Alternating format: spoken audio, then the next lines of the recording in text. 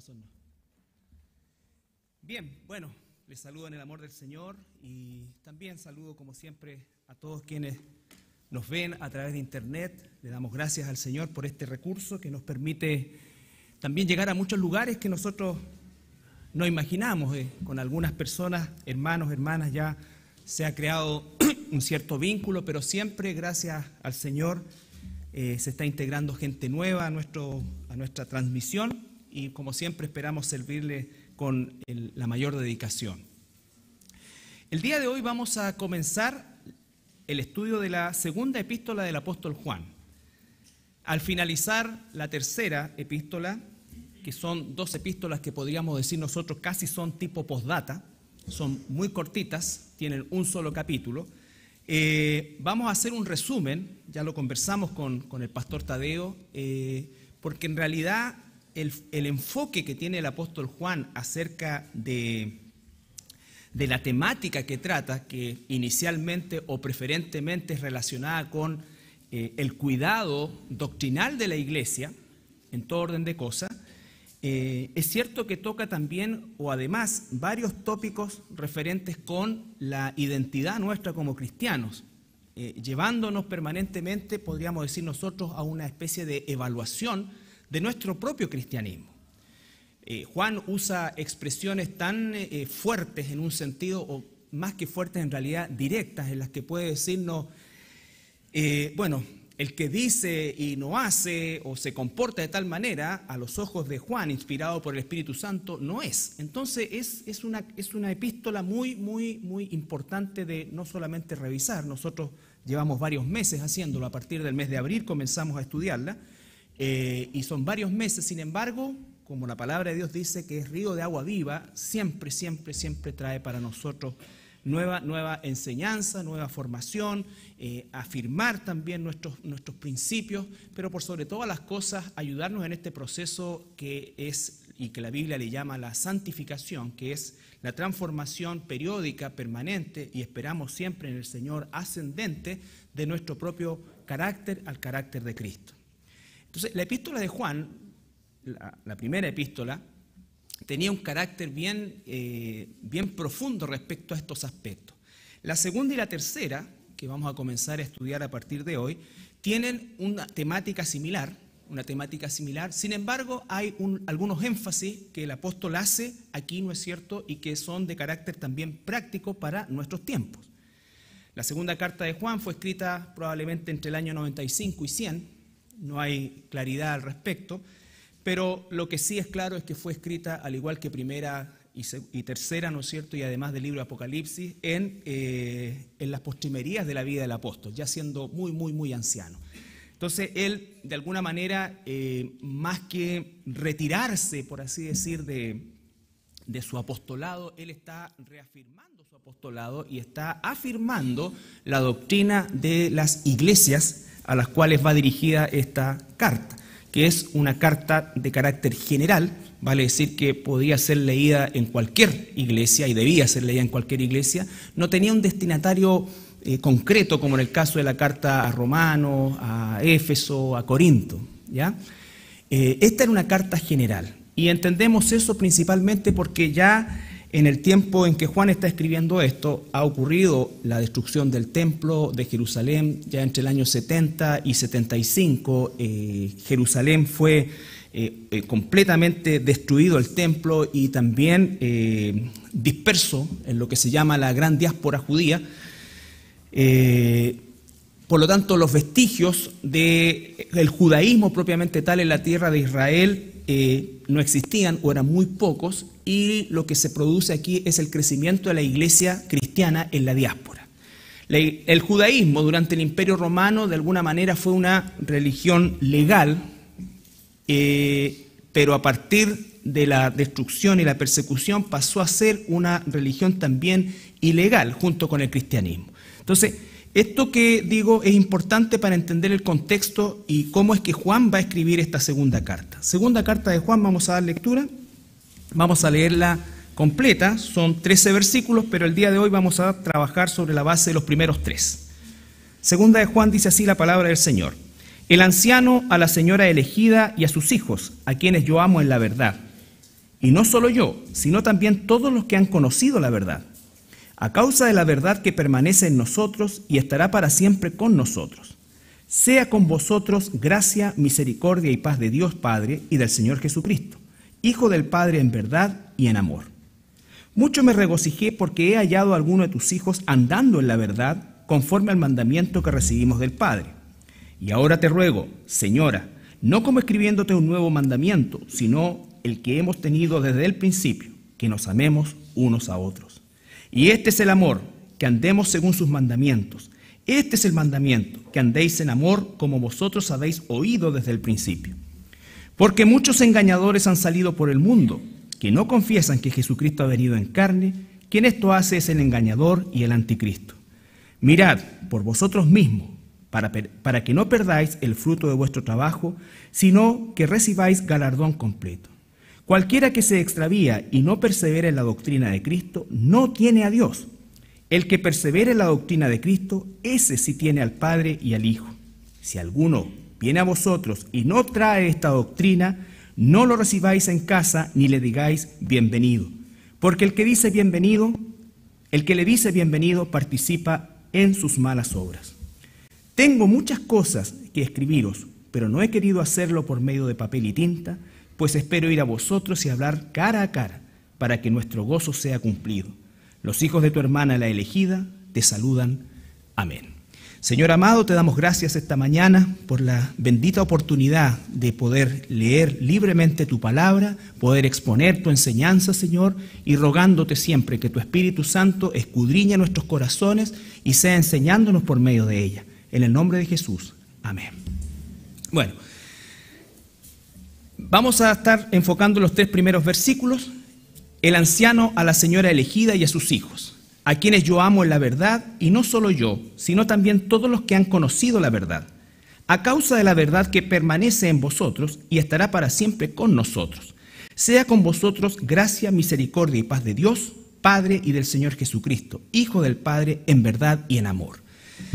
Al igual que muchos de los pasajes de Primera de Juan, hay un énfasis en ciertas palabras, y lo claro es que el énfasis en estos 3 primeros versículos es la palabra verdad. Aparece 4 veces reiterada. Por lo tanto, es una temática cardinal dentro de lo que Juan está enseñando en todas sus cartas, y aquí específicamente en estos 3 primeros versículos que están subtitulados como salutación solamente, pero en un saludo, imagínate, en un saludo está nombrando 4 veces la palabra verdad. Por lo tanto, ese va a ser principalmente el foco del mensaje. Sin embargo, hay que hacer un contexto al respecto. Cuando Juan dice el anciano, está refiriéndose obviamente a él, y lo primero que nos salta a la vista es por qué Juan se autodenomina el anciano, pudiendo decir el apóstol. Es más, siendo el último apóstol con vida y probablemente una figura emblemática en el tiempo, en su tiempo, ¿no es cierto?, y sobre todo en el contexto de la iglesia esparcida ya por el Asia Menor. Y entonces Juan está diciendo el anciano. Eso denota varias cosas. En primer lugar, el hecho de que el apostolado no era o no estaba en un sentido en juego, ni tenía que él enfatizar que era el apóstol. Probablemente todo el mundo cristiano sabía quién era Juan y sabía que él era un apóstol. Él no necesitaba usar su título de apóstol como una forma de validar lo que estaba diciendo. A diferencia de la vida del apóstol Pablo. Y no porque Pablo quisiera de alguna manera echar, como decimos nosotros en nuestra jerga habitual, los galones encima a alguien, sino porque Pablo fue siempre, o sufrió siempre de un cuestionamiento por parte de las iglesias respecto a su apostolado. Hubo mucha resistencia por el pasado de Pablo y porque ciertamente se tomaba, en el caso del apóstol Pablo, que fue llamado por el Señor Jesucristo resucitado, como un evento distinto de lo que fue el llamado original que nuestro Señor Jesucristo hizo en su vida terrenal a sus primeros discípulos. Por lo tanto, existía esa resistencia y de alguna manera también sus cartas tenían que estar marcadas en el inicio por una expresión de autoridad respecto a quién él era. Pablo, sobre todo con los corintios, ¿no es cierto?, tuvo las mayores tristezas, diríamos nosotros, con esta iglesia, a la cual escribe 2 cartas extensas, pero él siempre está, en el caso de los corintios, y es el ejemplo más emblemático también, ¿no es cierto?, no diríamos justificando, sino que afirmando su condición de apóstol. Y lo vamos a ver, por ejemplo, en 1 Corintios 1:1, bien rápido.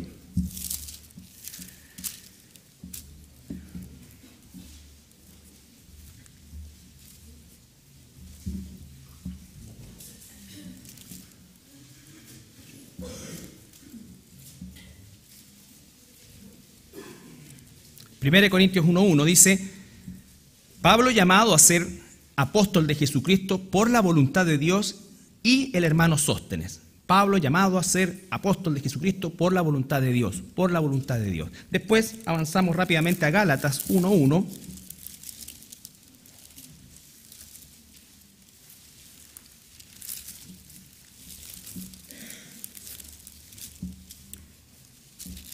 Fíjense ustedes el énfasis. Acaba de decir, ¿no es cierto?, por la voluntad de Dios, ¿no es cierto? Ahora en Gálatas dice: Pablo, apóstol, entre paréntesis coloca, no de hombres ni por hombres, sino por Jesucristo, por Dios el Padre que lo resucitó de los muertos. Entonces vemos que no solamente dice el apóstol, sino que hace un énfasis en que no fue designado por hombres, como en el caso de Matías, por ejemplo, sino que realmente fue Dios quien lo llamó y quien lo unge propiamente tal, si podemos decir nosotros, como apóstol. Entonces, la diferencia entre la presentación que hace Juan y la presentación que hace Pablo radica en el hecho de esta resistencia histórica que se generó en el apostolado paulino por causa de la historia propiamente tal de Pablo, pero también por el hecho de que Jesús le llamó, efectivamente, pero no, diríamos nosotros, de una manera pública como lo hizo con los discípulos, ni tampoco Jesús le da su reconocimiento, por así decir, durante su ministerio. Entonces, todo esto es importante para entender los contextos, ¿ya? Volvemos a Segunda de Juan. También algunos dicen, bueno, el título El Anciano, de alguna manera hace alusión de que era el más importante de los ancianos, pero me parece que efectivamente no está el sentido de la carta ni la presentación de Juan está en el sentido o en el hecho de él, de alguna manera, elevarse por sobre los demás, sino que todo lo contrario, diríamos nosotros, como pasar lo más desapercibido posible en ese aspecto, ¿ya? Recuerden que el apóstol Pedro también en su primera carta, cuando habla de los ancianos, dice: yo anciano también. No dice yo soy el apóstol que está sobre la cabeza de los ancianos. No. Yo anciano también. Igual que ellos. Igual que ellos. Entonces, esos son énfasis importantes, hermanos. ¿Y cuál es la aplicación hoy día? Que tenemos un sinnúmero de farsantes hoy día que tratan y buscan todo lo contrario, de ser nombrados apóstoles, de ser reconocidos apóstoles, que no lo son, por cierto, que no lo son.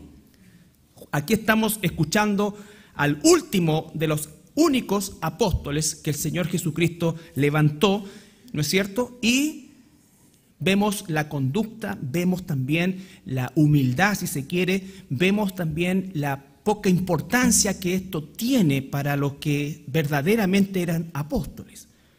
Sin embargo, hoy día debemos tener cuidado. ¿Por qué? Porque existe esto, hermanos. Ciertamente la palabra apóstol significa enviado y es un título o es una designación genérica para cualquier cristiano que va y es enviado. Pero como título propiamente tal y con lo que se deriva de ese título, es única y exclusivamente, o fue única y exclusivamente entregado a estos 12 hombres. No hay más. No hay más. Entonces, hoy día algunos incluso han pasado ya la barrera de apóstol y están llamándose padres o patriarcas y una serie de títulos que hablan de todo lo contrario del corazón de los verdaderos apóstoles. El deseo realmente de servir, de humildad, de no ser reconocidos como una concepción jerárquica, sino que ciertamente en la humildad del servicio. Yo, Pedro, anciano, igual que ustedes. Yo, Juan, anciano, pudiendo, podríamos decir por derecho propio, establecer una diferencia con el resto de los hermanos, No es así. Por cierto que honramos, por cierto que debemos respetar a nuestros pastores, como dice la Escritura, pero no existe una condición jerárquica que haga una diferencia entre unos y otros. Y eso, hermano, es fundamental, porque muchas de las barbaridades que nosotros vemos que la iglesia, entre comillas, comete el día de hoy, obedece a órdenes que no son sacadas de la Escritura y que son dadas por personas que están absolutamente sumidas en una especie de aura y que su palabra, al igual que el catolicismo romano, en el caso del Papa, ¿no es cierto?, es ex cátedra, es palabra de Dios, y no es así. Por eso es que el mismo apóstol Pedro dice, tenemos la Escritura que es más segura que cualquier cosa, que la experiencia, que las palabras de alguien, porque Satanás también se viste como ángel de luz. Y como siempre digo yo, nunca deje, o no, mejor dicho, no excluya a Satanás de un púlpito. Satanás no tiene problema. Este no es un lugar sagrado, sacro, como lugar propiamente tal. Por lo tanto, Satanás puede estar perfectamente sentado en cualquiera de estos asientos, aquí y atrás, acá. Por si acaso, en una de esas, quién sabe. Entonces, esto, hermanos, es fundamental. Es fundamental. Por eso es que nos tomamos un tiempo en la introducción, por el hecho de que a veces uno dice, pero ¿cómo es posible que la gente crea esto? Y eso es posible cuando la gente olvida, en primer lugar, que nosotros somos todos delante de Dios iguales, con dones, funciones, lo que tú quieras, distinto, y todo en una función corporativa. Y la función corporativa siempre implica algo en lo cual no puede haber supremacías. La cabeza de una iglesia no es el pastor, la cabeza es Cristo. El pastor es el que está encargado de dirigir y alimentar un rebaño que no le pertenece al Señor. Pero como le pertenece al Señor y nos ha delegado, tenemos que cuidarlo como para el Señor. Pero las ovejas son de Cristo. Todo eso, hermanos, es importantísimo. No para que usted ahora diga, no tengo por qué afirmarme, ni tengo por qué escucharte, ni mi cabeza es Cristo, así que, chao. No. Somos responsables en ese sentido.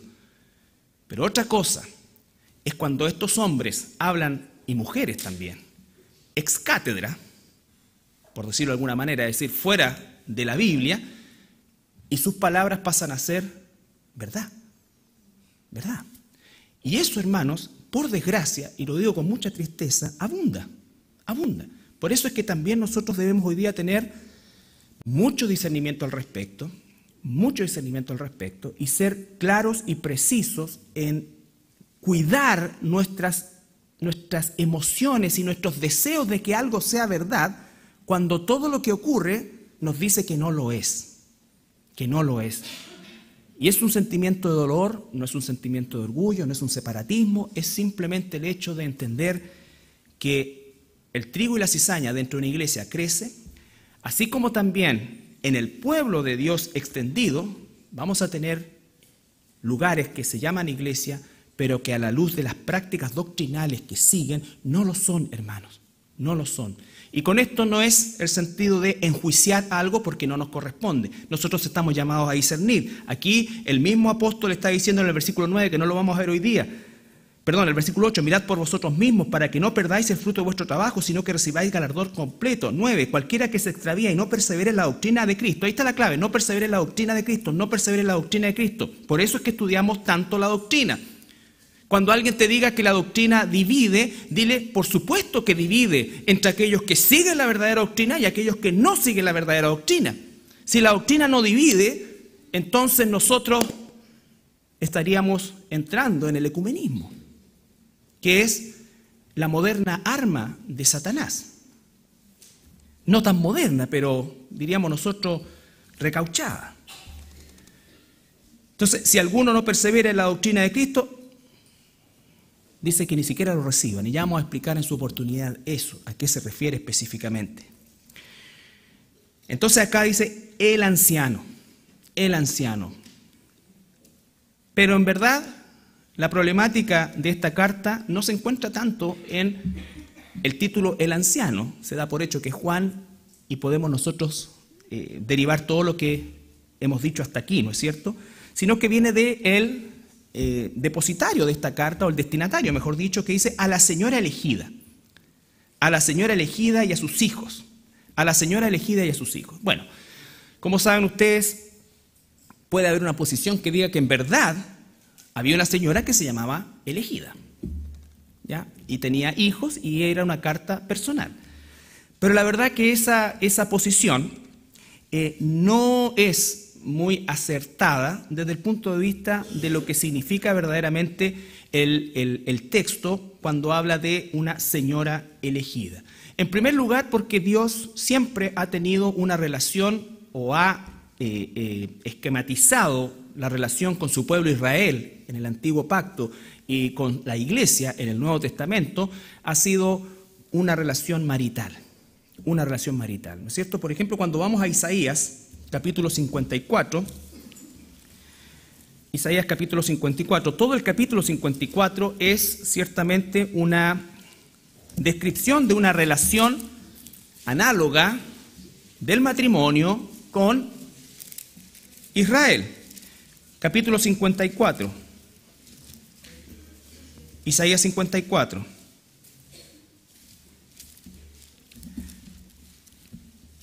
No vamos a leer todo el capítulo 54, solamente vamos a tener el foco en el versículo 5. Jehová Dios, nuestro Señor, está diciendo acá, Yahvé, porque tu marido es tu hacedor, Jehová de los ejércitos es su nombre, y tu redentor, el Santo de Israel, Dios de toda la tierra será llamado. Entonces, todo el capítulo 54 está hablando de una relación matrimonial como analogía de la relación entre Dios e Israel. Tanto enfatizando la fidelidad de Dios hacia Israel como la infidelidad de Israel hacia Dios, y sin embargo, por una promesa, Dios mantiene esa fidelidad y le promete un rescate eterno, un rescate eterno.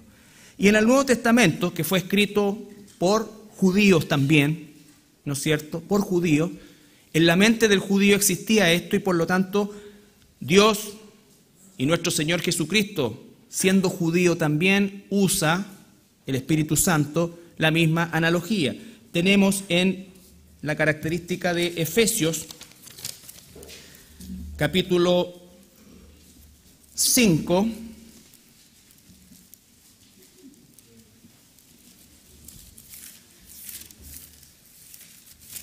Efesios capítulo 5, también desde el versículo 25 hasta el 33.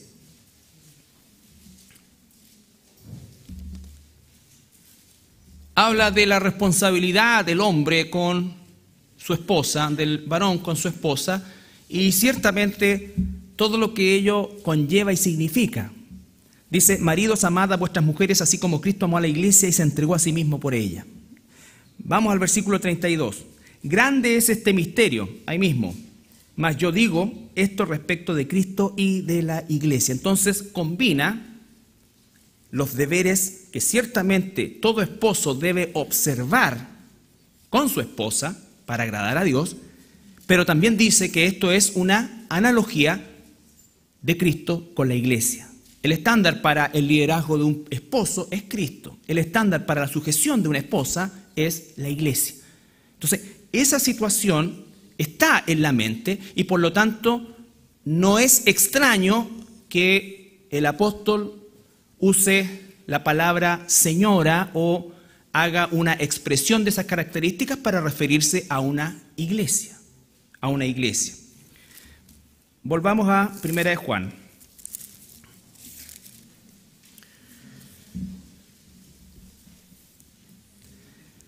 A la señora elegida y a sus hijos. El anciano a la señora elegida y sus hijos.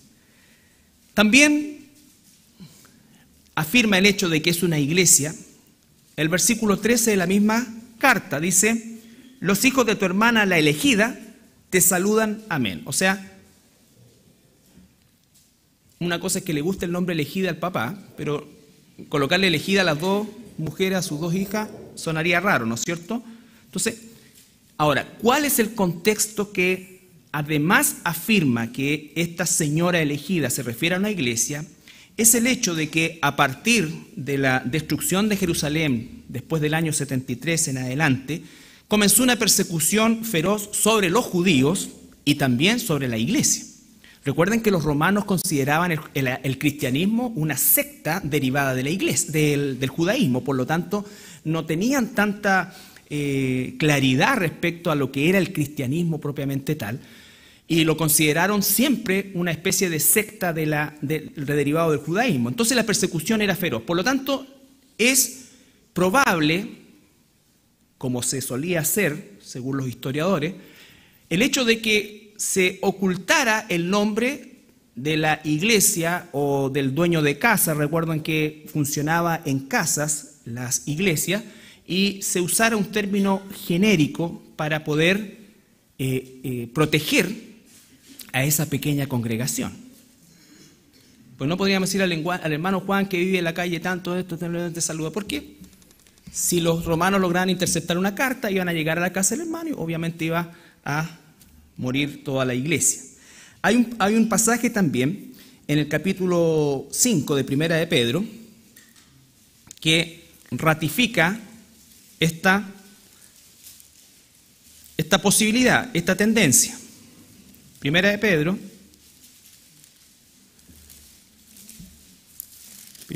capítulo 5, versículo 13.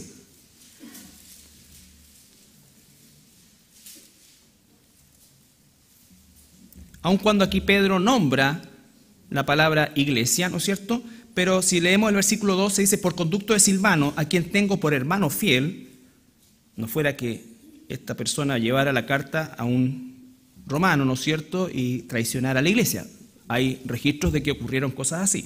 Por conducto de Silvano, a quien tengo por hermano fiel, os he escrito brevemente amonestándoos y testificando que esta es la verdadera gracia de Dios en la cual estáis. La iglesia que está en Babilonia, elegida juntamente con vosotros, y Marcos, mi hijo, os saludan. ¿Ya? Entonces, para terminar con el contexto, vemos que efectivamente acá el anciano es el apóstol Juan, el destinatario o la destinataria es una congregación que con toda seguridad funcionaba en alguna casa de un hermano o una hermana, y que esta forma de, entre comillas, encubrir la iglesia también podría ser una forma de protegerles.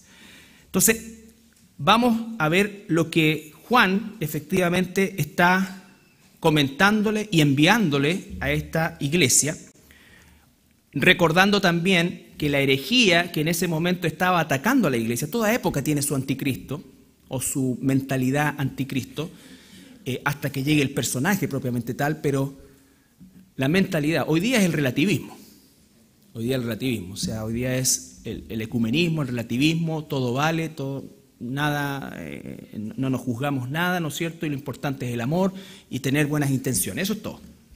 Con eso podemos justificar todo. En aquella época, ¿no es cierto?, era el gnosticismo. Recuerdan que había un maestro que había comenzado a enseñar, un maestro gnóstico que había empezado a enseñar que Jesús nunca había venido en carne, que la verdad que era una especie de espectro y por lo tanto nunca había venido Jesús en carne. Y Juan está golpeando con doctrina todo, o destruyendo con doctrina, esa forma de pensamiento. Sin embargo, esta forma de pensamiento que venía del mundo greco-romano ciertamente comenzó a difundirse y también a penetrar la iglesia. Por eso más adelante va a decir: si alguien viene con una doctrina de estas características, ni lo saludes, ahórrate. Hoy día tendríamos que decir nosotros relativismo, apostolitis, cualquier tipo de esa doctrina. Siempre hay anticristianismo, ¿no es cierto?, espíritu del anticristo. Entonces, Juan está diciendo acá que debemos tener cuidado, o en este caso, ¿no es cierto?, con todo lo que tenga que ver con la falsa doctrina. Por eso es que hace un énfasis tan marcado en la parte del saludo con la palabra verdad. A quienes yo amo en la verdad, no que amo en verdad. A quienes amo en la verdad. Y eso se está refiriendo a lo que largamente expuso también en los capítulos de su primera carta, donde hablaba de el amor como hermanos. El amor que tenemos como hermanos es distinto del amor que tenemos con aquellos que no lo son. A nuestros hermanos le amamos como Cristo nos ama, y a aquellos que no son de Cristo aún, y por fe lo digo, ¿no es cierto?, les amamos con un amor evangelístico. Amamos y le amamos en el deseo de compartir aquello que a nosotros también nos salvó. Pero cuando Dios habla de un amor incondicional, se está refiriendo al amor que Él tiene por su iglesia. Es un amor distinto, es un amor incondicional. Y ese es el mismo amor que Él espera que el cuerpo de Cristo practiquemos, con todas las dificultades que eso implica. Por cierto que no somos necesariamente fáciles de amar, pero eso no es justificación para hacerlo. Y nosotros también debemos siempre permitir que el Espíritu Santo transforme nuestro ser, nuestro carácter, que ha sido deformado por el mundo, y que lo forme de tal manera que nosotros también, si no éramos tan amables desde el punto de vista de ser fácil de amar, empecemos a convertirnos en personas más fáciles de amar. Más fáciles de amar. Y eso, hermanos, es una práctica que dice y tiene relación con la realidad que muchas veces no vemos nosotros en nuestras iglesias. Por distintas razones, y no estoy haciendo un juicio porque me pongo yo en primer lugar. Pero sí debemos nosotros tener, y cuando hablamos de autocrítica, de autoexamen y todo eso, no es para pensar, chuta, ¿dónde estoy fallando y quiero mejorar? Sí, es parte de eso, pero también qué áreas de mi vida afectan a los demás. Mi carácter, mi forma de hablar, mi forma de expresarme. Y no estoy pidiendo que nosotros, y no es el sentido tampoco, queramos serle agradable a toda la gente, porque eso nos pasamos al otro punto del péndulo, que es justamente el ecumenismo, y eso es imposible. Cuando a alguien le cae bien a todo el mundo, probablemente esa es su intención. Y no estoy diciendo que nosotros, no, yo soy así, así, el que me quiere así, y todas estas expresiones tontas, no. Ni tampoco, oye, este pone este ritmo y bailo ese ritmo, no. Pero el carácter de Dios, el carácter perfecto de Cristo, tenía gente que lo seguía, gente que lo llegó a odiar, ¿no es cierto?, como los fariseos. Pero el punto es que cuando estamos hablando de la iglesia, estamos hablando de que efectivamente nosotros tenemos que permitir que el Espíritu Santo nos muestre esas áreas que incluso antes de ser cristianos pudieron ser fortalezas. Te callo, es así y así. Te digo una cuestión, como cristiano no podéis ser así, salvo con la doctrina. Porque siempre hay que estar dispuesto a perdonar. Siempre hay que estar dispuesto a ser perdonado. Siempre. Nadie puede decir, oye, me hacís una y hasta aquí no me llegamos. Eso es horriblemente contrario a la iglesia. Hay personas que llegan así y es una fortaleza en el mundo y a veces hasta reconocida. Pero ¿te imaginas que Dios fuera así con nosotros? Ninguno de nosotros estaría aquí. Ninguno. Y el que crea que podría estar, lo más probable es que ni siquiera es cristiano. Porque ningún verdadero hijo de Dios puede decir que no ha pecado, puede decir que no tiene necesidad de ser cada vez más transformado. Y no con una finalidad de falsa humildad, sino con una realidad de agradar a nuestro Dios. Y ese es el proceso. Por eso es que aquí está diciendo, yo amo a quienes yo amo en la verdad. La razón por la cual os amamos nosotros es una razón que el mundo no tiene. Que el mundo no tiene. Por cierto que podemos agregar a eso otras cosas por las cuales es más fácil compartir contigo y pasar tiempo contigo, pero esa no es la razón de por qué nos amamos. Nos amamos porque Él nos amó primero. Y Él nos ha puesto su amor para que lo vivamos entre aquel que tiene también ese mismo amor. La palabra de Dios dice, ¿no es cierto?, cuando hablamos en la primera carta de Juan, Si vemos la primera carta de Juan,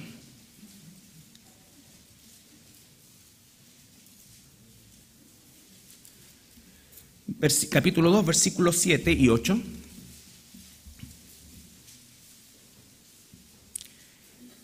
Hermano, no os escribo mandamiento nuevo, sino el mandamiento antiguo que habéis tenido desde el principio. Este mandamiento antiguo es la palabra que habéis oído desde el principio. Sin embargo, os escribo un mandamiento nuevo. El antiguo era, ama a tu prójimo como a ti mismo, ¿no es cierto? Y acá viene el nuevo. Sin embargo, os escribo un mandamiento nuevo, que es verdadero en él y en vosotros, porque las tinieblas van pasando y la luz verdadera alumbra. El que dice que está en luz y aborrece a su hermano, está todavía en tiniebla. Versículo 10. El que ama a su hermano permanece en luz y en él no hay tropiezo. Y sigue. ¿No es cierto? Entonces, el amor a los hermanos es la clave. Y el amor a los hermanos no es por qué, como punto de partida, sino que es a pesar de. Pero cuando nosotros detectamos ese a pesar de, porque Dios te lo va a mostrar, te lo aseguro, ¿no es cierto? Tú vas a querer sacar ese a pesar de para ser más amable a tu hermano, a tu hermana. En eso consiste el amor. En eso consiste el amor. El amor del mundo es aquello de lo que nosotros debemos alejarnos cada vez más. Porque tenemos un amor natural, quizás por nuestros hijos, por nuestra esposa, en fin, por cosas que... Pero el amor sobrenatural es ese amor que se practica solamente en el seno de la iglesia. Y eso es lo que Jesús dijo: cuando el mundo vea cómo ustedes se aman, a pesar de todas las diferencias que tienen, entonces el mundo va a creer realmente que yo existo, porque de otra manera no podría ser. Eso es lo que quiere decir. Pero vuelvo a insistir, esto no es pensar como receptor solamente de ese amor, sino principalmente como dador. Recuerden la iniciativa de Dios. Esto no es ámenme y yo no voy a cambiar nada. Ámenme y voy a seguir siendo así de desagradable. Ámenme, no. Porque es el amor de Cristo. Y el amor de Cristo siempre toma la iniciativa. Siempre toma la iniciativa. Siempre piensa en el bien del otro, no en el bien propio.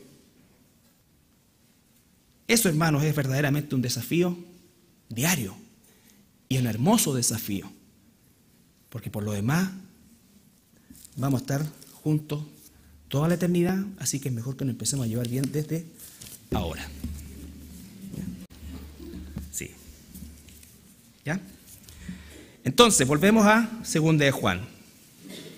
Hoy día en la introducción, no se preocupen, no vamos a llegar hasta las 2 de la tarde, pero me interesa que estas cosas queden bien claras. El anciano, la señora elegida, a los que yo amo en la verdad.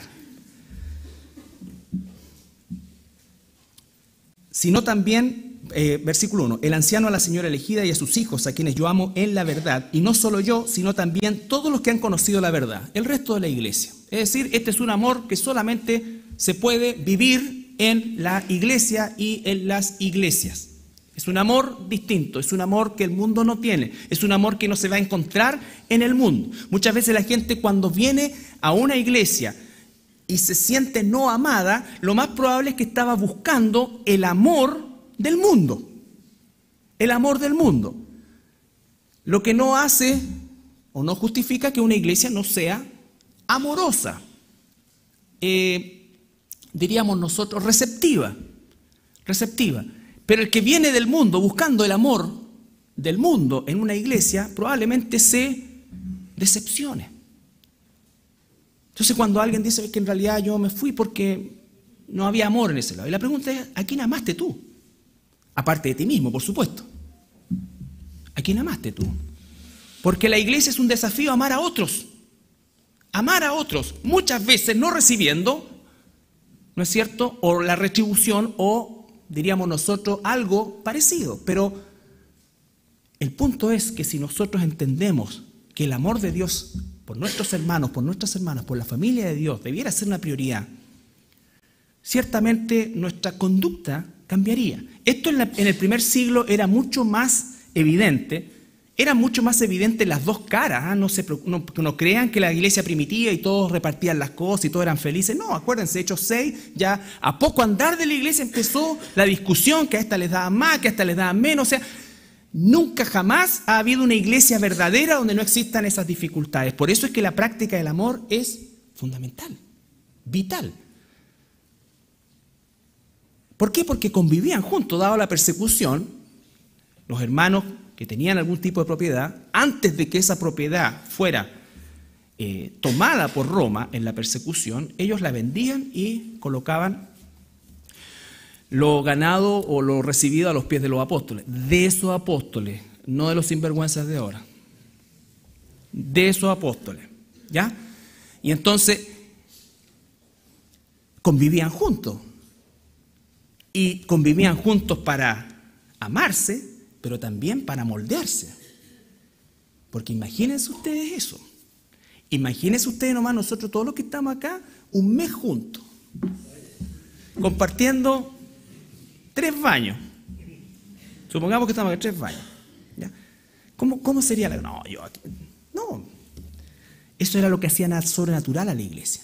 Hoy día nosotros, claro, terminamos y cada uno tiene su baño y se van. Pero ¿qué pasaría si de repente tuviéramos que cobijarnos aquí nomás? Bueno, 2 baños y medio. ¿Qué pasaría? ¿Cómo sería? ¿Con poca comida? ¿Con racionamiento? ¿Cómo sería? Eso es, hermano. Eso pasaba en la iglesia de Jerusalén, más grande todavía. Entonces se veían las 2 caras de la moneda. ¿Ya? Porque esto no era un paseo, ni que no. Que dicho sea de paso, también en los paseos alguna vez nos agarramos. Pues somos eso. Tenemos que cambiar, tenemos que madurar. Entonces, los que también han conocido la verdad, refiriéndose a la iglesia. Versículo 2. A causa de la verdad que permanece en nosotros. Y esa permanencia es porque somos hijos de Dios. ¿No es cierto? Y estará para siempre con nosotros. Cuando somos convertidos por el Señor Jesucristo, cuando somos salvados por el Señor Jesucristo, ya no somos hijos de la mentira, somos hijos de la verdad, posicionalmente. Ahora tenemos que crecer en esa verdad, pero ya somos hijos de la verdad, somos hijos de la luz, somos hijos de Dios. En un proceso permanente de transformación, de cambio, pero ya lo somos posicionalmente. Si es un hijo de Dios, nunca dude que usted está en la verdad. En la verdad. Jesús dijo en Juan 14:6, que es un pasaje que debiéramos conocer de memoria.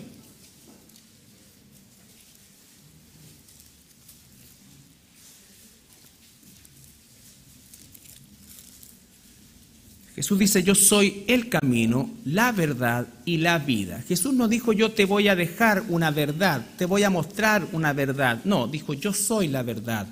Él es la verdad. Y cuando Él ora al Padre en el capítulo 17, ahí mismo en Juan, el 17, ¿no es cierto?, en su hermosa oración de intercesión por todos nosotros, aunque faltaban por lo menos 2000 años para que nosotros apareciéramos en escena, Él ya nos tenía en su corazón, en su oración, y entonces dice que santifícalos en tu verdad, tu palabra es la verdad, Jesús es el Logos, es la verdad. Eso significa que no puedo separar a Jesús de la verdad, Él es la verdad. Por lo tanto, cada estornudo de Jesús, cada palabra que Jesús decía era palabra de Dios. Jesús no vino a comunicarnos una verdad, Jesús vino porque es la verdad. Lo que Él dijera era verdad. Todo lo que Él dijo era verdad. Todo lo que está registrado que dijo es verdad, y todo lo que no está registrado que dijo también es verdad. Él es la verdad. Entonces, cuando nosotros estamos diciendo acá en el versículo 2 de 2 de Juan, a causa de la verdad que permanece en nosotros, no se está refiriendo a algo solamente doctrinal, que lo es también. No se está refiriendo solamente a información, que la necesitamos, sino que se está refiriendo a la persona de Jesús. A la persona de Jesús. No puedo yo decir estoy o tengo la verdad, pero no tengo a Cristo. No se puede separar eso. Lo mismo que lo que está diciendo acá, y que es importante hacer el énfasis, nunca se separa el amor de la verdad. Si hay algo que está torcido el día de hoy y de hace mucho tiempo, es el concepto del amor que el mundo cristiano de alguna manera acuñó. Y esto, de acuerdo a lo que estamos estudiando los días miércoles, ¿no es cierto?, obedece principalmente a esta mentalidad que se comenzó a gestar a partir de la década del 50 en los Estados Unidos, en la cual surge este movimiento de las 4 leyes espirituales, donde el énfasis o el deseo de traer a la gente a la iglesia, o traer a la iglesia a Cristo, ¿no? O a Cristo, a la gente a Cristo, produjo que se generara una estrategia donde se elimina cualquier sentido que tenga que ver con el llamado al arrepentimiento, con la necesidad de convertirse, ¿no es cierto? Y lo único que se hizo un énfasis en que Dios te ama, tiene un plan maravilloso para tu vida, Dios quiere esto para ti, Dios quiere esto para ti, y la única forma y la forma de conseguirlo es abriéndole tu corazón a Jesús. Todo esto con solo esto. Y entonces no había verdaderamente un llamado sincero, amoroso, desgarrador, como dice Pablo: les ruego que se reconcilien con Dios. ¿Por qué? Porque están en guerra con Él, aunque no lo crean, aunque no lo sepan. Y ustedes necesitan reconciliarse con Dios, porque si mueren sin reconciliación, lo que queda es el castigo eterno. El castigo eterno. Entonces, esto generó ¿qué cosa? Que se hipertrofiara el concepto del amor, y no solamente se minimizara, sino que prácticamente se eliminara el concepto del amor. Y entonces, en pos, entre comillas, del amor, se eliminó la verdad, se torció la verdad, se diluyó la verdad. Y no puede haber amor de Dios sin verdad, porque el que nos ama, el que nos amó y nos salvó, es la verdad. Y Él dice en Marcos 1:14, arrepentidos, porque el reino de los cielos se ha acercado. Si ustedes no se arrepienten, irán a dar donde el chirrar de dientes, el crujir de hueso, de dientes, donde el gusano nunca muere, a la condenación eterna. Entonces es serio, hermano. No soy yo el que convierte a las personas, no eres tú, es Dios, es Dios. Y la prerrogativa que tengo yo como hijo de Dios es la bendición de poder comunicar el mensaje de salvación. Pero debo ser fiel al mensaje, fiel a Dios. No puede haber amor sin verdad. No puede haber amor sin verdad. En el mundo tú puedes encontrar eso. Amor con mentira, amor con engaño, amor como sea. Pero como hijos de Dios, amor y verdad. Versículo 3. Sea con vosotros gracia, misericordia y paz de Dios Padre y del Señor Jesucristo, Hijo del Padre en verdad y en amor. Y este saludo característico también de los apóstoles, gracia, misericordia y paz, encierra una verdad maravillosa para nosotros como hijos de Dios: misericordia. Primero gracia, misericordia y paz. ¿De quién? De Dios. Jesús dijo: en el mundo tendremos aflicción, pero confiad, yo he vencido al mundo. Entonces, para nosotros poder ser parte de esa promesa, tenemos que estar en la verdad, estar en Cristo. Y Efesios capítulo 5 resume esto, este saludo.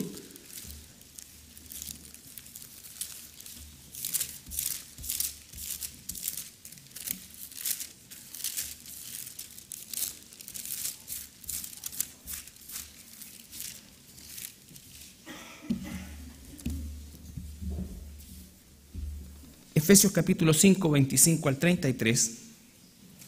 Perdón, no, ese es el de la... Efesios 2, eso es. Bueno, es del 1 al 10. Vamos a leer rápido, ¿no es cierto? Recuerda el saludo: gracia, misericordia y paz. Gracia, misericordia y paz. Y la palabra paz en la mente hebrea siempre es shalom, que significa bienestar. No solamente no tener conflicto, sino que bienestar. ¿Ya? Pablo dice: y Él os dio vida a vosotros cuando estabais muertos en vuestros delitos y pecados, nuestra condición, ¿no es cierto?, en las cuales anduvisteis en otro tiempo siguiendo la corriente de este mundo, conforme al príncipe de la potestad del aire, el espíritu que ahora opera en los hijos de desobediencia, entre los cuales también nosotros vivimos en otro tiempo, en los deseos de la carne, de nuestra carne, haciendo la voluntad de la carne y de los pensamientos, y éramos por naturaleza hijos de ira, lo mismo que los demás. Esa era nuestra condición. para entender la palabra gracia, misericordia y como consecuencia de eso paz, entonces primero tengo que reconocer mi condición. Cuando un ser humano no reconoce esta condición, cuando el Espíritu Santo no revela esta condición a un ser humano, entonces no hay lugar para la salvación, porque la gente va a decir, bueno, entonces ¿de qué me tengo que salvar? Y muchas veces lo que le decimos a la gente, mira, en realidad tú es re poco lo que tienes que cambiar, solamente lo único que te falta es ser cristiano. No, es todo lo que te falta, no lo único. Esa era nuestra condición. Y acá el versículo 4 dice, pero, ese es el maravilloso pero, Dios que es rico en que en misericordia, por su gran amor con que nos amó. Ahí viene el amor de Dios. El amor de Dios por nosotros no es porque le impresionamos, sino porque vio nuestra condición. Y entonces la misericordia es no recibir lo que merezco. ¿Qué merecía? El infierno. O sea, la misericordia es de lo que me salvó. Él tomó mi lugar. Por su gran amor con que nos amó, aún estando nosotros muertos en pecado, nos dio vida juntamente con Cristo. Por gracia sois salvos. No solamente no me dio lo que merecía expresando su misericordia, sino que además me dio lo que no merecía, su gracia. Me libró del infierno y me da el cielo.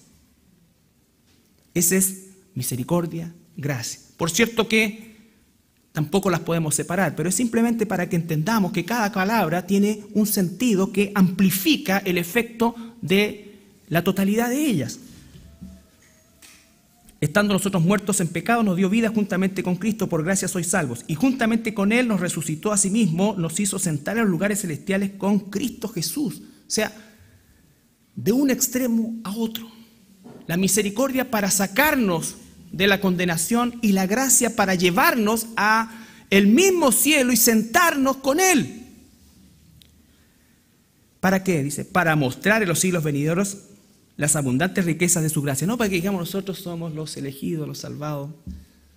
Córrete, anciano, dame un lugarcito ahí en uno de esos 24 tronos.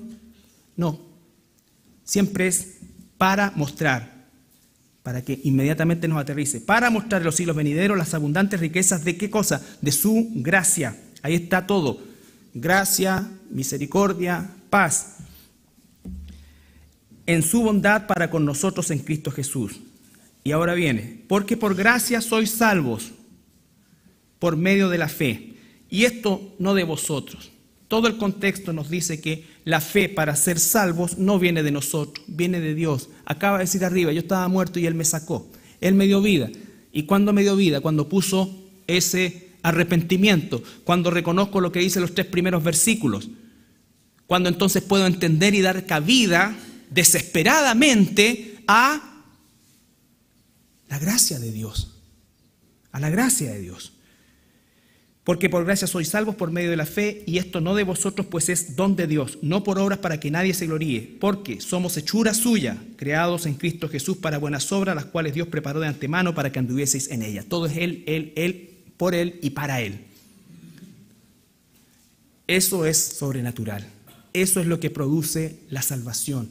Eso es a lo que apela Juan cuando nos dice, ¿no es cierto?, que debemos amarnos unos a otros, porque todos los que hemos sido salvados por gracias.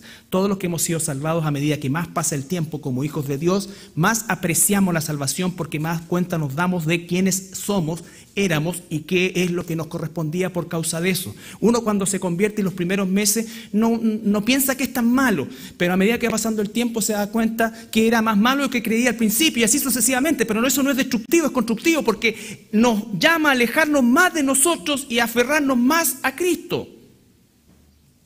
Ese es el proceso. Ese es el proceso. Y también dice paz, porque no solamente nos extiende su misericordia, no solamente nos da gracia o nos concede gracia, sino que además nos pone en paz con Él. Y vamos a Romanos 5, ya para terminar.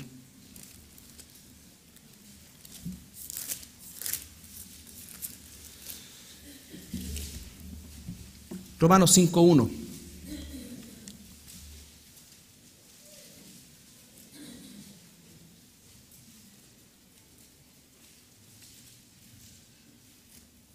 Justificados pues por la fe, no mi fe, recuerda, esto no de vosotros.